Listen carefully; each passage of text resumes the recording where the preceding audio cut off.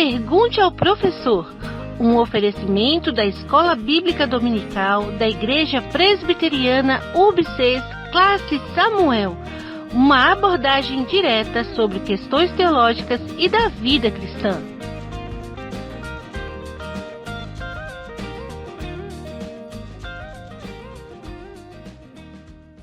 Sejam bem-vindos à primeira edição do quadro Pergunte ao Professor. Quem vos fala é o presbítero de Assis e estarei respondendo à pergunta do aluno e irmão Cláudio Reis, que faz o seguinte questionamento: as pessoas como os índios, não alcançados pelo Evangelho e que morreram, serão salvas? Bem, antes de nós respondermos a essa pergunta, gostaria de me ater a alguns considerandos que julgo importantes para entendermos a resposta a essa questão. Esses considerandos vamos dividi-los em 3 blocos. O primeiro bloco vamos chamá-lo de a situação ou status do homem. O segundo bloco vamos chamar de o plano redentivo de Deus. E o terceiro bloco vamos chamar de os modus operandi de Deus, ou seja, os processos, a forma com que Deus age salvando o homem.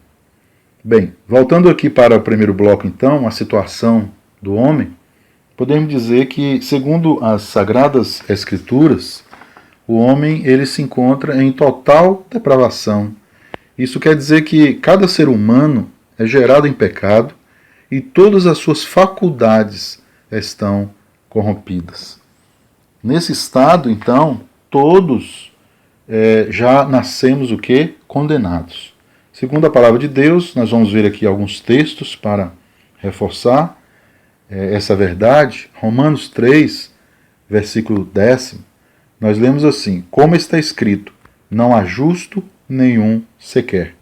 Romanos 3, 23, ainda lemos, pois todos pecaram e carecem da glória de Deus. Ainda Romanos, capítulo 5, versículo 12, vemos: portanto, assim como por um só homem entrou o pecado no mundo, e pelo pecado a morte, assim também a morte passou a todos os homens, porque todos pecaram. Jeremias 17:9 nos assegura: enganoso é o coração mais do que todas as coisas, e desesperadamente corrupto. Sendo então todos nesse estado, estando então todos nesse estado de condenação, podemos dizer que, como condenados, todos já estão mortos. Todos estão em total separação de Deus, física e espiritualmente. Romanos capítulo 6, versículo 23 nos diz: porque o salário do pecado é a morte. Ainda em Efésios capítulo 2, versículo 1, o apóstolo Paulo escrevendo ali à igreja de Éfeso, orientando aquela igreja, lembrando a ela como que Cristo, através da graça de Deus, o salvou, ele diz assim: e estando vós mortos em vossos delitos e pecados. Então esse é o estado do ser humano, total depravação, total separação de Deus. Vamos tratar agora do nosso segundo bloco de nossas considerações, ou seja, o plano redentivo de Deus. Deus, na sua eterna glória, na sua graça, misericórdia e amor, ele estabeleceu um plano para redimir, para salvar a humanidade. E esse plano ele começa através da eleição incondicional que Deus faz.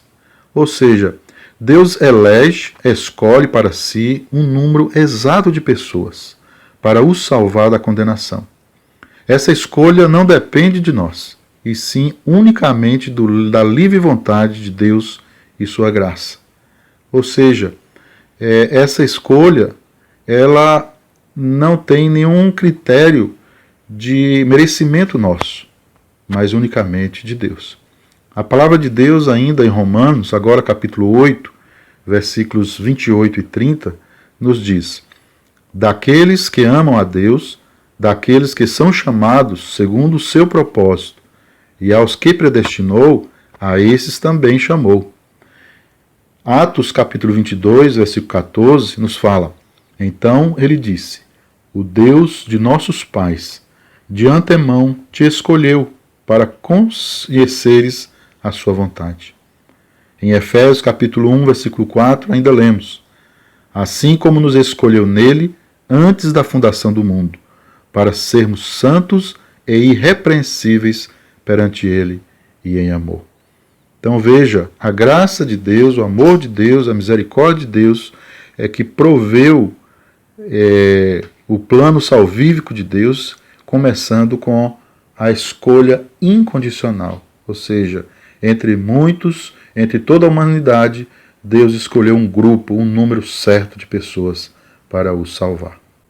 Continuando aqui no segundo bloco de nossas considerações, nós vemos também a doutrina da expiação limitada. Ou seja, Deus justifica, através de Cristo, aqueles que ele escolheu. Os que Deus chama eficazmente, também livremente os justifica, não infundindo neles a justiça, mas perdoando os seus pecados e aplicando-lhes a justiça de Cristo. Por nós ou em nosso lugar, Jesus foi feito pecado e maldição na cruz para satisfazer a justiça de Deus. Ainda vendo à luz das Escrituras, Romanos capítulo 8, versículo 30, ele diz assim: E aos que chamou, a esses também justificou. Romanos ainda capítulo 3, versículo 24, nós vemos: Sendo justificados gratuitamente por sua graça, mediante a redenção que há em Cristo Jesus. Romanos capítulo 9, versículo 15, ainda vemos: Terei misericórdia de quem me aprouver ter misericórdia, e compadecer-me-ei de quem me aprouver ter compaixão. Colossenses 2, 14, nós ainda lemos: Tendo cancelado o escrito de dívida que era contra nós e que constava de ordenanças, o qual nos era prejudicial, removeu-o inteiramente, encravando-o na cruz. Esse é o ato da justificação que Deus faz para os seus eleitos, que está dentro da expiação limitada, ou seja, aplica-se apenas aos eleitos de Deus. Vemos ainda nesse segundo bloco, sobre o plano redentivo de Deus, a doutrina da graça irresistível. Ou seja, é quando Deus, de forma soberana, ele atua na vida do eleito, o salvando. No momento que Deus age nos eleitos, a polaridade espiritual deles é mudada. Antes estavam mortos em delitos e pecados e orientados para Satanás. Agora são vivificados em Cristo e orientados para Deus. É a regeneração que ocorre no homem quando o Espírito Santo o desperta, que faz com que ele reconheça e busque a Deus. O texto bíblico de Ezequiel, capítulo 36, versículo 26, nos diz assim: Dar-vos-ei coração novo e porei dentro de vós espírito novo. Tirarei de vós o coração de pedra e vos darei coração de carne. Ainda Jeremias, capítulo 31, versículo 33, nós ainda lemos: Porque esta é a aliança que firmarei com a casa de Israel, depois daqueles dias, diz o Senhor. Na mente lhes imprimirei as minhas leis, também no coração las inscreverei. Eu serei o seu Deus, e eles serão o meu povo. João capítulo 6, versículo 37, vemos o Senhor Jesus afirmar: Todo aquele que o Pai me dá, esse virá a mim. Essa é a forma que Deus atrai aqueles que ele o elegeu. E essa atração, ela é de forma irresistível por parte do escolhido de Deus. Concluindo aqui o bloco 2 de nossas considerações sobre o plano redentivo de Deus, poderemos ainda dizer da doutrina da preservação dos santos ou perseverança dos eleitos. E o que a gente aprende com isso? Se o homem é totalmente depravado e não pode fazer nada para ajudar a si mesmo no que diz respeito às coisas espirituais, se Deus é absolutamente soberano na questão da eleição, fundamentada tão somente em sua própria vontade, se a morte de Cristo realizou-se em favor dos eleitos, assegurando-lhes a salvação, e se Deus chama os eleitos de modo irresistível, conclui-se que Deus assegurará a salvação final destes eleitos, ou seja, eles perseverarão até o fim. Conforme nós lemos na carta de Paulo aos Filipenses, capítulo 1, versículo 6, que ele informa que Deus completará, a obra que ele começou nos seus eleitos. Ainda no Evangelho de João, capítulo 6, versículo 37, ainda lemos: "E o que vem a mim, de modo nenhum o lançarei fora." Ainda João, capítulo 10, versículo 28, está escrito: "Eu lhes dou a vida eterna, jamais perecerão, e ninguém as arrebatará da minha mão." Primeira carta de Pedro, capítulo 1, versículo 5, ainda nós lemos: "Que sois guardados pelo poder de Deus, mediante a fé, para a salvação preparada para revelar-se no último tempo." Então, a salvação de Deus é assegurada a seus eleitos, e essa segurança é o próprio Deus que dá. Através dos textos que nós lemos, nós vemos o próprio Senhor Jesus Cristo nos assegurando, que nenhum daqueles que o Pai o deu, aqueles que irão a Ele, de modo nenhum Ele lançará fora. E ainda diz que ninguém arrebatará da sua mão.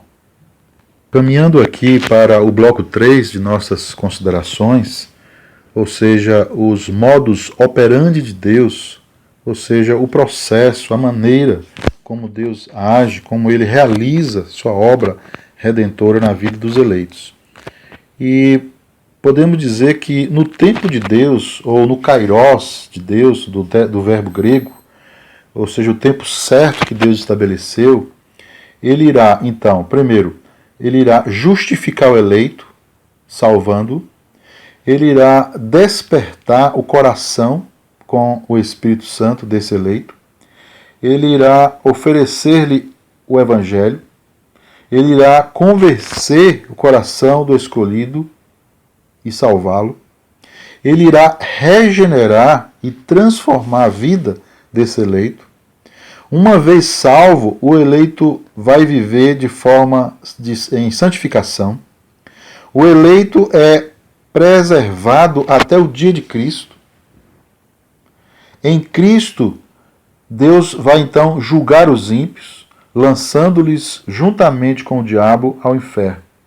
Recolherá para si os seus eleitos, onde viverão na glória eternamente. Após esse entendimento sobre as doutrinas da graça de Deus, podemos então caminhar aqui para respondermos à pergunta, ao questionamento, ou seja, as pessoas como os índios que não ouviram o Evangelho e morreram, serão salvos? Então, olha só, quero trazer aqui algumas argumentações, concluindo aqui também essa nossa palavra. E a primeira argumentação é o seguinte: Deus, ele se revela de duas formas distintas. A revelação natural, ou seja, através da natureza. O Salmo 19 já nos diz: os céus manifestam a sua glória e o firmamento anunciam as obras das suas mãos. É através, então, das coisas criadas que Deus criou, podemos reconhecê-lo.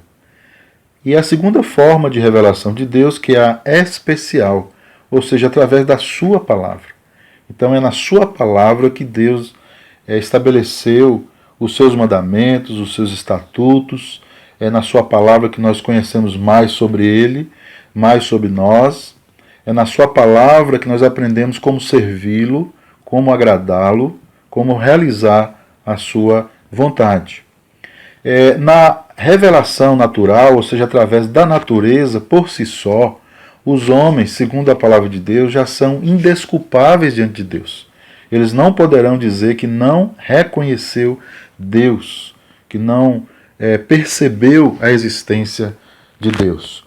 Porém, essa revelação ela não é suficiente, ou seja, ela não pode provocar a salvação do homem. Ou seja, pelo simples conhecimento de Deus, o homem não pode se salvar através da natureza. E Romanos capítulo 1, dos versículos 18 a 20, o apóstolo Paulo está abordando exatamente isso, que os homens serão indesculpáveis diante de Deus, porque o que se vê na natureza, o que se percebe na natureza, no tocante a Deus, a sua soberania, né? Então, esses homens são, por isso, indesculpáveis. Né? É o que está lá em Romanos capítulo 1, dos versículos 18 a 20. Ainda em Romanos 2, de 11 a 12, Paulo ainda continua, né, abordando que aqueles que morreram sem lei serão julgados sem lei. Aqueles que morreram com lei serão julgados com lei. Sendo assim, trazendo aqui especificamente para o caso da pergunta, vamos colocar aqui os índios que vivem lá nas florestas, né, e que nunca tiveram contatos com o Evangelho nunca chegou, isso dentro de uma suposição nossa, né? Então, assim, pelo simples fato deles reconhecerem Deus na natureza, porventura, algum dia, alguma vez, isso por si só não é suficiente para os salvar. Continuando com a nossa argumentação, dizemos que todo eleito ele é salvo pela fé em Jesus Cristo e só recebe o dom da fé o escolhido por Deus. Romanos capítulo 1, versículo 17 nos diz: o justo viverá por fé. Ainda em Hebreus capítulo 11, versículo 6, o escritor diz que para nós agradarmos a Deus, ou seja, todo aquele que se aproxima de Deus, é necessário que esse creia em Deus. Né? E aí ele diz que sem fé é impossível agradar a Deus. Então o justo ele é salvo pela fé. E continuando, dizemos então que como é que vem essa fé? Como é que essa fé é produzida? É dele mesmo? É a própria pessoa que tem a fé? Ou seja, ele olha para a natureza, reconhece Deus e brota a fé? Não, não. A palavra de Deus diz que a fé vem pelo ouvir a palavra de Deus, ou seja, o Evangelho de Cristo. Por isso que Jesus ordenou que todos, ou seja, toda a sua igreja, todos os seus discípulos, né, todos os seus servos, pregassem o Evangelho a todo mundo. Mateus 28, 18 a 20, ide por todo mundo e pregar o Evangelho a toda criatura. Então ficaria meio sem nexo Jesus dar essa ordem de nós pregarmos o Evangelho, se pudermos então considerar que alguém possa ser salvo sem ouvir o Evangelho. Ainda em Romanos capítulo 10, de 9 a 15, nós vemos o apóstolo Paulo dizendo que a fé ela vem pelo ouvir a palavra de Deus. Ou seja, é pela pregação da palavra de Deus que a fé é produzida. Ou seja, o eleito, uma vez já justificado por Deus através de Cristo, despertado o seu coração pelo Espírito Santo, então brota ali o quê? A fé no seu coração para crer no Deus que ele está sendo pregado através do Evangelho de Cristo. Continuando ainda na nossa argumentação, nós queremos dizer que, uma vez regenerado, aquele que foi justificado pelo sacrifício de Cristo, o salvo busca então o quê? Santificar mais e servir a Deus, adorando e glorificando em sua vida. Nós poderemos aqui, então, excetuar apenas dois grupos de pessoas que, dentro da escolha de Deus, dentro da eleição de Deus, talvez não chegue nesse estágio aqui. Quais são então esses grupos?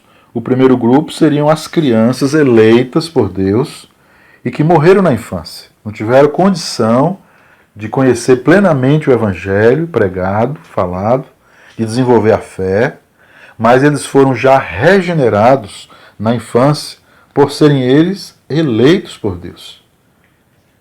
E o segundo grupo seriam os loucos, né? Aqueles que perderam o senso, a faculdade mental, o raciocínio, que não pode distinguir as coisas. Então, essas pessoas, sendo elas eleitas, né, na eternidade, Cristo já as justificou pela graça de Deus. E concluindo aqui, nosso último argumento é que a graça de Deus em Cristo Jesus preservará o eleito a salvo até o fim. Ou seja, como nós dissemos lá no